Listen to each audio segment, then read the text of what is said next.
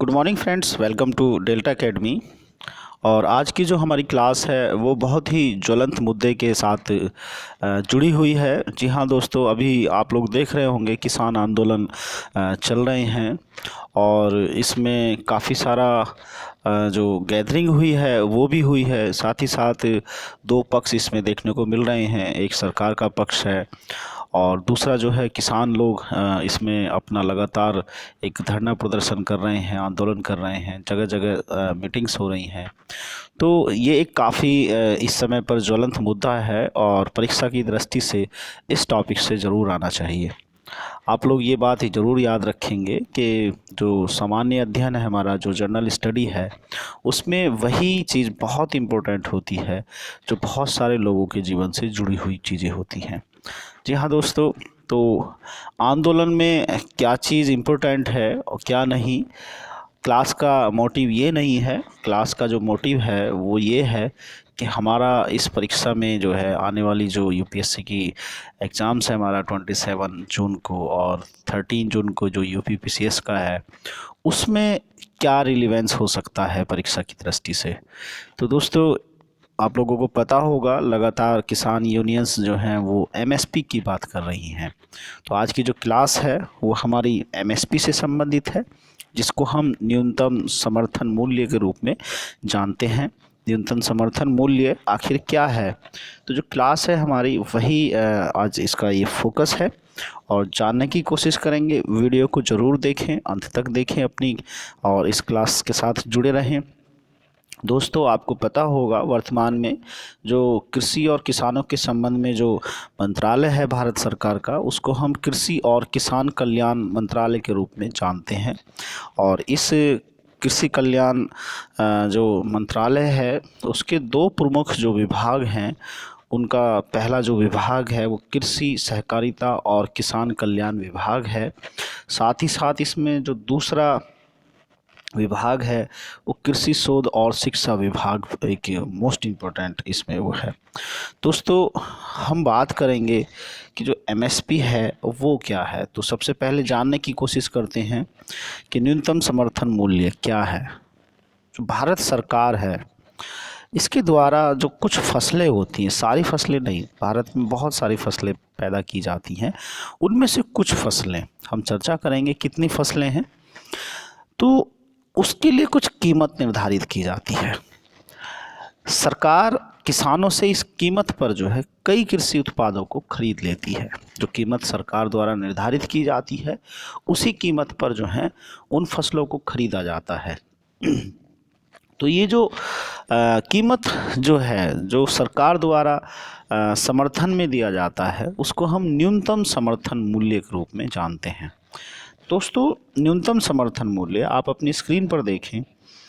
न्यूनतम समर्थन मूल्य भारत सरकार द्वारा कुछ जो फसलें हैं उनके लिए तय की गई एक कीमत है, जिसे सरकार द्वारा किसानों के परिश्रम के रूप में स्वीकार किया जाता है कि किसान ने कुछ फसलें पैदा की होंगी और उसमें जो श्रम किया होगा वो किसान को मिलना चाहिए। क्या ज़रूरत पड़ी है इस बात की, तो आप लोग ज़रा विचार करें।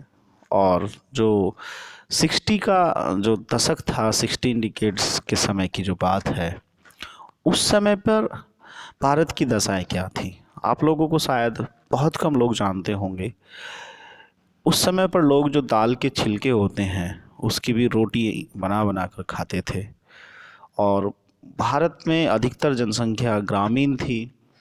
इंडस्ट्रियल डेवलपमेंट ना के बराबर या बहुत कम था और किसान आधारित जो अर्थव्यवस्था थी वो टोटली भारत की एक तरीके से ही कह सकते हैं कि उसमें जो है उस समय पर जो अर्थव्यवस्था का रूप था वो एकदम एग्रीकल्चर बेस्ड इकोनॉमी रही थी भारत की। उस कंडीशन में आप लोग देखते होंगे, अगर 70 के दशक की बात करते हैं या उससे पहले की बात करते हैं, तो भारत में सिंचाई के साधन या खेती करने के परंपरागत तरीके या फिर बेमौसमी जो जलवायु होता है उसमें जो अचानक से आने वाली आपदाएं हैं, चाहे वो सूखा के रूप में आए या अधिक बारिश के रूप में आए, इन सभी के कारण जो है कृषि की उत्पादकता में सदैव से अनिश्चितता बनी रही है। इसी को ध्यान में रखते हुए सरकार ने जो है एक हरित क्रांति की शुरुआत की थी, और उसमें जो मार्जिनल टाइप के जो किसान थे उनको ये व्यवस्था दी गई कि भाई आप लोग जो हैं एक तरीके से जो यंत्र हैं, कृषि यंत्र हैं, या फिर जो उस समय की हाइब्रिड इस जो सीड्स थे उसको लगाने का वो, और जो टेक्नोलॉजी प्रयोग था, ट्रैक्टर का प्रयोग था, या उससे संबंधित जो मशीनें थी, हार्वेस्टिंग की मशीनें थी, उन सब का प्रयोग कैसे किया जाए, ये उस समय की समस्याएं थी। तो ये जो बात है एमएसपी की, ये उसी समय की है। लगभग आप लोगों को याद हो तो भारत में जो एमएसपी की जो शुरुआत हुई थी वो 1966 से 67 के बीच में हुई थी। 1966 से लेकर 1967 वाला जो ईयर था उसमें एमएसपी की शुरुआत की गई थी, और इसके लिए जो पहली फसल चूज़ की गई थी वो गेहूं किया गया था। और क्यों किया गया था? क्योंकि अभी जो हम बात की है हम लोगों ने कि उस समय की जो दशाएं थी और लोग जो थे भूखे थे, वो कुछ भी खा रहे थे, तो उसको प्राथमिकता देने के लिए, गेहूं का अधिकतम उत्पादन हो, उसको बढ़ावा देने के लिए सरकार ने उस समय पर 54 रुपीज़ पर क्विंटल के हिसाब से गेहूं का जो है न्यूनतम समर्थन मूल्य तय किया था। जी हाँ दोस्तों, 1966-67 में जो था गेहूं का जब पहली बार न्यूनतम समर्थन मूल्य की शुरुआत हुई तो उसमें 54 रुपीज़ पर क्विंटल के हिसाब से एमएसपी तय की गई थी। आज लगभग 2000 के पास जो है एमएसपी गेहूं का है ना, 2000 के आसपास। तो दोस्तों एमएसपी की ज़रूरत क्या थी? तो लोग क्या करते थे उस समय के जो किसान थे, या आज भी हम ये कहें कि अगर एमएसपी को हटा दिया जाए तो क्या होगा? तो किसान जो हैं, जो ज़्यादा जोखिम वाली फसलें हैं उनको हटा देंगे, तो और वो कुछ ऐसी फसलें पैदा करेंगे जो खाद्यान्न की पूर्ति नहीं करते हैं, और खाद्यान्न जो कि सबसे पहली ज़रूरत है, इसलिए खाद्यान्न को बढ़ावा देना चाहिए। आपको पता होगा खाद्यान्न से जुड़ी दो मुख्य फसलें जो हैं गेहूं और धान, इनमें श्रम बहुत अधिक लगता है, इसीलिए किसान इनको पैदा नहीं करना चाहता। साथ ही इनके साथ अनिश्चितताएं जुड़ी होती हैं। आप लोगों को पता होगा अगर सूखा पड़ जाए तो गेहूं नहीं पैदा होगा, या अधिक धान को अधिक वर्षा की ज़रूरत होती है, और भारत में मानसूनी जो दशाएं हैं वो अनिश्चित होती है, किसी साल बहुत अधिक बारिश होती है और किसी साल नहीं होती है, तो इसलिए किसान एक अनिश्चितता भी है। तो और साथ ही साथ जो बाज़ार में कीमत है उन सबको ध्यान में रखते हुए एमएसपी की ज़रूरत पड़ती है, ताकि किसान जो है लगातार खाद्यान्नों का उत्पादन करते रहें। तो सरकार किसानों से इस कीमत पर जो है कई कृषि उत्पादों को खरीद लेती है, और यह प्रणाली जो है किसानों के लिए एक तरीके से सुरक्षा कवच का काम करती है। इस तरीके से जो बाज़ार में अनिश्चितता आती है उससे किसानों को कारोबारी के जो हित होते हैं उनसे सुरक्षा मिल जाती है। कारोबारियों का हित क्या है? स्टोर बनाओ और उसमें काला बाजारी के रूप में स्टोर कर लो। दोस्तों, इसेंशियल गुड सर्विस एक्ट जो था वो यही था कि आप एक लिमिट तक अपने यहाँ पर जो इसेंशियल गुड्स हैं, जो आवश्यक वस्तु हैं, उनको स्टोर कर सकते हैं। लेकिन हाल ही में कुछ ऐसा अध्यादेश देखने को मिला जिसमें इसकी लिमिट हटा दी गई है, और आप अनलिमिटेड जितना चाहे उतना खाद्यान्न अपने यहाँ पर इकट्ठा कर सकते हैं। इससे क्या होगा कि फसल के समय पर सारा का सारा खाद्यान्न एक साइड चला गया, और जब उसकी ज़रूरत होगी तब वो मनमाने ढंग से उसे बेचने की कोशिश करेगा। तो इसी प्रकार की कुछ अनिश्चितताएं देखने को मिलती हैं, और ये शुरुआत भी उसी समय पे हुई थी। तो देखते हैं आगे। एमएसपी का जो पर्पज है वो बाज़ार की अनिश्चितता से किसानों के कारोबारी हितों की सुरक्षा करना है। किसानों से कारोबारियों से किसानों के जो हित हैं उनकी सुरक्षा करना है। दूसरा, अगर हम बात करते हैं एमएसपी में जो शामिल जितनी फसलें हैं वर्तमान में वो कितनी हैं, तो आप लोग यहाँ साइड में देखेंगे किसानों से संबंधित जो एमएसपी से संबंधित जो फसलें हैं वो लगभग 22 हैं, आप लोग 23 फसल देख रहे होंगे, यहाँ पर 22 फसलों को रखा गया है। इसमें जो 23वीं फसल है वो गन्ना है, जो एक FRP एक सिस्टम और होता है MSP की तरीके से, जिसको हम उचित और लाभकारी मूल्य के रूप में जानते हैं FRP को। तो गन्ना उसमें शामिल करा गया है, लेकिन ये भी एक तरीके का न्यूनतम समर्थन मूल्य ही है।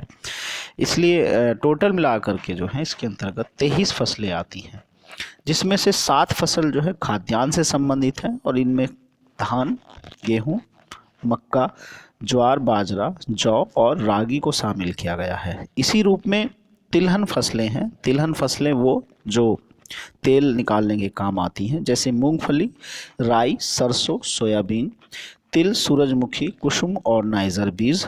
तो इस प्रकार से ये 7 फसलें तिलहन की हैं। अगर हम पल्सेस की बात करते हैं तो 5 पल्सेस इसमें रखी गई हैं, जिन्हें हम दलहन फसल या दाल वाली फसलें कहते हैं। तो इसमें चना, अरहर, मूंग, उड़द और मसूर को रखा गया है, और कुछ कॉमर्शियल या जो कैश क्रॉप के रूप में काम आती हैं, जिनको हम व्यावसायिक या कॉमर्शियल जो हमारी क्रॉप्स हैं वो उनको शामिल करते हैं। तो इसमें पहला गरी, गन्ना और कपास तथा जूट को शामिल किया गया है। इस प्रकार से जो हमारी टोटल वो हैं 23 है। और ये जो MSP है, साल में 2 बार इसकी रिपोर्ट आती है, एक बार खरीफ की फसल के लिए और दूसरी बार जो है रबी की फसल के लिए आती है। आपको पता होगा खरीफ की जो फसल है वो बरसात के समय पर आती हैं, और रबी की फसल जो है जो गेहूं के साथ तैयार होती हैं वो फसलें रबी की फसल कहलाती हैं। तो इसमें 14 फसलें खरीफ की फसलों को रखा गया है MSP के अंतर्गत, और 6 फसलें रबी फसलों के अंतर्गत रखा गया है, जबकि 2 फसलें जो हैं अन्य वाणिज्यिक जो कॉमर्शियल क्रॉप्स हैं उसके संबंध में रखा गया है। आपको पता होगा जो तोरिया, जिसको हम लाई कहते हैं, एक तरीके का सरसों के दाने की तरह दिखती है, और नारियल का जो है वो न्यूनतम समर्थन और जो सूखे नारियल हैं उसकी तरीके के आधार पर जो है इनको किया जाता है, लेकिन ये MSP के अंतर्गत नहीं आते हैं। अब हम बात करेंगे कृषि लागत और मूल्य आयोग की। जी हाँ दोस्तों, ये भारत सरकार का कृषि लागत और कीमत आयोग है, जिसको CACP के रूप में जानते हैं। इसकी सिफारिशों के आधार पर जो है न्यूनतम समर्थन मूल्य तय किया जाता है, और CACP जो है एक जो स्टेचुरी बॉडी है या वैधानिक संस्था है। CACP जो है कीमत से संबंधित नीति रिपोर्ट के तौर पर जो है साल में 2 बार अपनी रिपोर्ट जारी करती है। अभी हम लोग बता चुके हैं, पहला खरीफ और एक रबी की फसल के रूप में। केंद्र सरकार पर इस रिपोर्ट पर विचार करने के साथ साथ जो राज्य सरकारें होती हैं उनसे भी वो राय ले लेती है। इसके बाद क्या करा जाता है न्यूनतम समर्थन मूल्य में? तो जब आपने CACP ने रिपोर्ट दे दी केंद्र सरकार को, केंद्र सरकार ने राज्य सरकारों से एक तरीके से राय मांग ली। इसके बाद क्या होता है, मांग और पूर्ति के जो लॉज हैं किसी संबंध में, उसको ध्यान में रख करके केंद्र सरकार जो है एक तरीके से MSP तैयार कर लेती है। फसलों की कटाई की स्थिति में अगर हम बात करते हैं तो उस पर भी विचार विमर्श किया जाता है। अगर मान लो फसलों की कटाई में जो मंडी हैं जहां पर MSP लागू किया जाता है, इनको हम APMC मंडियों के रूप में या खरीदारी जो केंद्र हैं उनके रूप में जानते हैं। तो फसलों की खरीद करती हैं, और अगर मान लो कोई MSP नहीं होगा तो मंडियों में उसकी मांग कम हो जाएगी, और इस कारण जो है जो किसान जो है अगली फसल को नहीं लगा पाएगा। तो इस तरीके से उसकी मांग और सप्लाई भी जो है वो भी डिस्टर्ब हो जाती है। तो इस तरीके से इसका वो करते हैं। अब हम बात करेंगे ये जो CACP है, जिसको हम कृषि लागत एवं मूल्य आयोग के रूप में जान रहे हैं, ये भारत सरकार का कृषि एवं किसान कल्याण मंत्रालय के अंतर्गत एक कार्यालय है, एक ऑफिस है, उसके साथ अटैच है, और इसकी स्थापना 1965 में की गई थी। और ये एक केवल सलाहकारी बोर्ड है, एक सलाहकारी सिस्टम है। ये बाध्यकारी नहीं है कि जो रिपोर्ट दी है उसको सरकार माने। न्यूनतम समर्थन मूल्य का निर्धारण करते समय जो है CACP द्वारा जो है खेती की लागत समेत इसमें ज़रूरी है न्यूनतम समर्थन मूल्य। इसमें खेती की लागत के साथ साथ जो उसके फैक्टर कॉस्ट हैं उस पर भी विचार किया जाता है ना। फैक्टर कॉस्ट इस प्रकार की कॉस्ट होती है जो ट्रांसपोर्टेशन में, बीज खरीदने में या उस प्रकार की जो अलग अलग क्रियाओं में जो खर्चा होता है वो फैक्टर कॉस्ट के अंतर्गत रखा जाता है। आयोग द्वारा जो है खेती की लागत के अलावा उसकी मांग और आपूर्ति, घरेलू और अंतर्राष्ट्रीय बाजार का जो रुझान है और उपभोक्ताओं के लिए जो है मूल्य क्या होना चाहिए ताकि मुद्रास्फीति को कंट्रोल में रखा जा सके, साथ ही साथ जो मिट्टी और पानी है उसका उपयोग कैसे किया जा रहा है, कैसा नहीं किया जा रहा है, अर्थात किस क्षेत्र में कौन सी फसल लगाई जा रही है, और साथ ही साथ कृषि और गैर कृषि के जो क्षेत्र हैं उनके बीच व्यापार की शर्त को ध्यान में रखते हुए जो है एमएसपी को लागू किया जाता है। तो इन बातों को ध्यान रखेंगे। अगर हम और देखते हैं उत्पादन लागत का निर्धारण कैसे करते हैं, तो सीएसीपी फसलों की उत्पादन लागत का जो निर्धारण करने के लिए कृषि मंत्रालय के तहत एक जो आर्थिक और जो सांख्यिकी डायरेक्टरेट है, निर्देशालय है, उसके द्वारा प्रदान किए गए जो है कुछ डेटाओं का प्रयोग किया जाता है। ये राज्यवार और फसल के हिसाब से जो है उत्पादन लागत का अनुमान लगाने में बहुत सहायक सिद्ध होते हैं। तो इस प्रकार के आंकड़े ले लिए जाते हैं आर्थिक एवं सांख्यिकी निदेशालय से और फिर उसके बाद हिसाब लगाते हैं। ये आंकड़े 3 वर्ष के अंतराल पर ही उपलब्ध होते हैं क्योंकि इससे जो रिपोर्ट आती है वो प्रत्येक 3 वर्ष में आती है।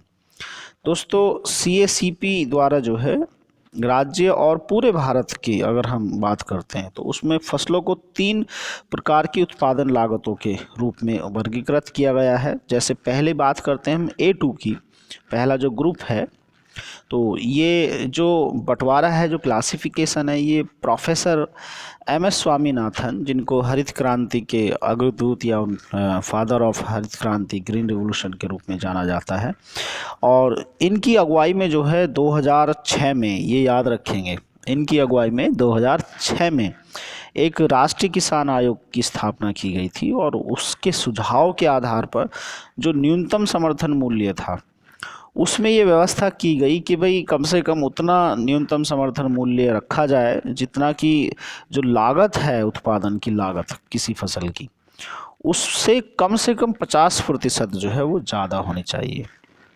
उत्पादन लागत से। तो उत्पादन लागत का जब आकलन किया जाता है सीएसीपी के द्वारा तो उसमें 3 मानदंडों को, 3 पैरामीटर्स को रखा जाता है। पहला A2 है, दूसरा A2 प्लस FL है और तीसरा जो है C2 है सॉरी। तो A2 जो है इसमें विभिन्न तरह के खर्चों को, जैसे कि बीज, खाद, लेबर और जो फ्यूल खर्च हुआ है सिंचाई के लिए या ट्रांसपोर्टेशन के लिए, इन सब को शामिल किया जाता है।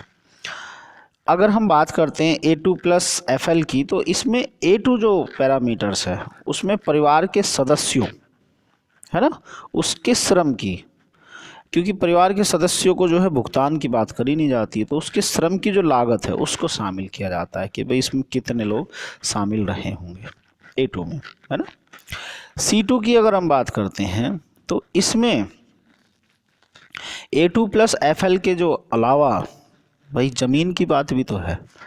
मान लो आपने, कोई शहर में रहने वाला व्यक्ति है, उसने गेहूँ खरीदा या आटे का एक बोरा लिया, तो आटे के बोरे में जो कॉस्ट छुपी हुई है वो गेहूं की कॉस्ट है, और जो आटा मैन्युफैक्चरिंग है जिसने पैकिंग करके आपके घर में भेजा है उसका प्रॉफिट और सरकार के द्वारा जो भी टैक्स लगाया गया होगा वो शामिल है।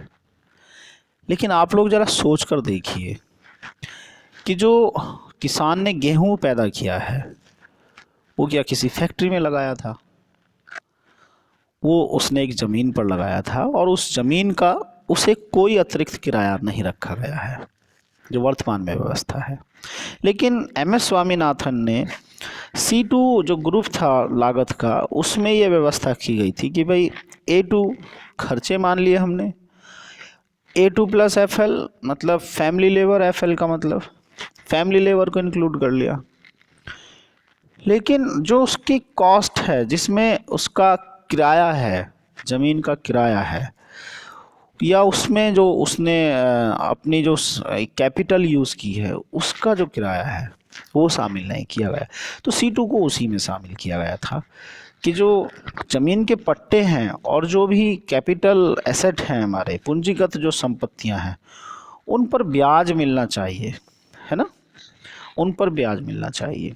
तो इस बात को शामिल किया गया था। सरकार ने A2 और A2+FL को माना है, लेकिन C2 को अभी तक नहीं माना है।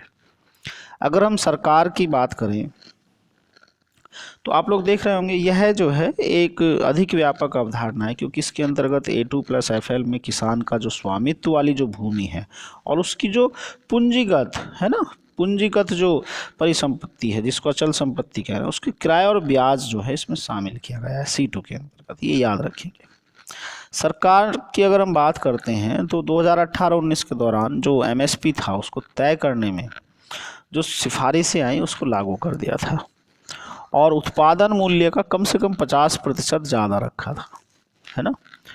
लेकिन फ़िलहाल न्यूनतम समर्थन मूल्य का जो आकलन है उसमें CACP क्या करती है, A2+FL फॉर्मूले का इस्तेमाल करता है। हालांकि C2 को जो है एक तरीके से बेंचमार्क के रूप में, जो लागत का बेंचमार्क उसके तौर के रूप में प्रयोग किया जा रहा है, जिससे ये पता लग जाता है कि भाई जो ये न्यूनतम समर्थन मूल्य के रूप में जो भी सुझाव आए हैं उसमें जो कुछ प्रमुख उत्पादक राज्य हैं इनकी लागतों को शामिल किया जाए या ना किया जाए, है ना, इस प्रकार की चीज़ें हैं। तो दोस्तों आप लोगों ने समझा होगा MSP का जो कंसेप्ट है वो क्या है, और न्यूनतम समर्थन मूल्य जो है एक सफल कदम है अगर मैं इसके बारे में बात करूं व्यक्तिगत रूप से, और इसके ज़रिए जो खाद्यान्न था भारत में उसके उत्पादन में जो है हमने एक तरीके से आत्मनिर्भरता हासिल की है, और उसके पीछे कारण केवल और केवल MSP का था। लेकिन आपको पता होगा जो हाल ही में हमारे कृषि से संबंधित जो कानून थे, जिसमें पहला कानून जो था कृषक उपज व्यापार और वाणिज्य, जिसमें संवर्धन और सरलीकरण विधेयक 2020 था, उसको रखा गया था। इसके अंतर्गत आपको पता होगा, अभी मैं जैसे बात कर रहा था कि MSP को मंडियों में लागू किया जाता है, लेकिन इस कानून के तहत जो कृषि मंडी हैं उनकी प्रासंगिकता एक तरीके से शून्य हो जाएगी। क्यों? क्योंकि जो प्राइवेट सेक्टर है, जिसको निजी क्षेत्र कह रहे हैं, उसको कोई रजिस्ट्रेशन कराने की ज़रूरत नहीं है, उसकी कोई जवाबदेही नहीं है, और वो कृषि उपज का क्रय विक्रय जो है एक खुली छूट के रूप में कर सकता है, चाहे जितना कर ले, है ना। अगर हम दूसरे कानून की बात करते हैं तो इसमें दूसरा जो कानून था वो कृषि सशक्तिकरण और संरक्षण से संबंधित था, जिसमें कीमत आश्वासन और जो कृषि सेवा था उसके संबंध में जो कॉन्ट्रैक्ट था, जो करार किया गया जाता है, उस विधेयक को शामिल किया गया था। तो इसको हम कृषि सशक्तिकरण और संरक्षण, कीमत आश्वासन और कृषि सेवा करार विधेयक के रूप में जानते हैं। आप लोगों को पता होगा भारत में लगभग 26.3 करोड़ परिवार जो हैं कृषि से जुड़े हुए हैं। आपको ये डेटा, परिवार है इसमें, है ना, एक परिवार में 4 लोग, 5 लोग, 6 लोग, 8 लोग हो सकते हैं। तो 26.3 करोड़ ये जो डेटा है ये 2011 के संबंध में है। इसमें अगर हम बात करें तो 2011 के अनुसार इसमें से केवल 11.9 करोड़ किसान के पास जो थी वो ज़मीन थी, लेकिन लगभग 14.5 करोड़ यानी कि 14.43 करोड़ जो थे भूमिहीन थे। तो ये भूमिहीन कृषक क्या करते हैं, ये कृषि का काम करते हैं लेकिन इनके पास खेती नहीं होती है। खेती कहाँ से आती है? बटाई के रूप में आती है ना, या 1 साल की एक फार्मिंग होती है, कॉन्ट्रैक्ट कहें या उसे क्या कहें, वर्बल कहें, है ना। एक परंपरागत तरीका अपनाया गया है जो पुराने समय से चला आ रहा है। हो सकता है गुप्त एज या मुगल काल में तो स्पष्ट रूप से दिख जाता है, तो गुप्त काल से चला आ रहा हो। उसमें क्या है, बटाईदार विभिन्न टाइप की बटाई जो प्रचलित हैं उनको रख लेता है।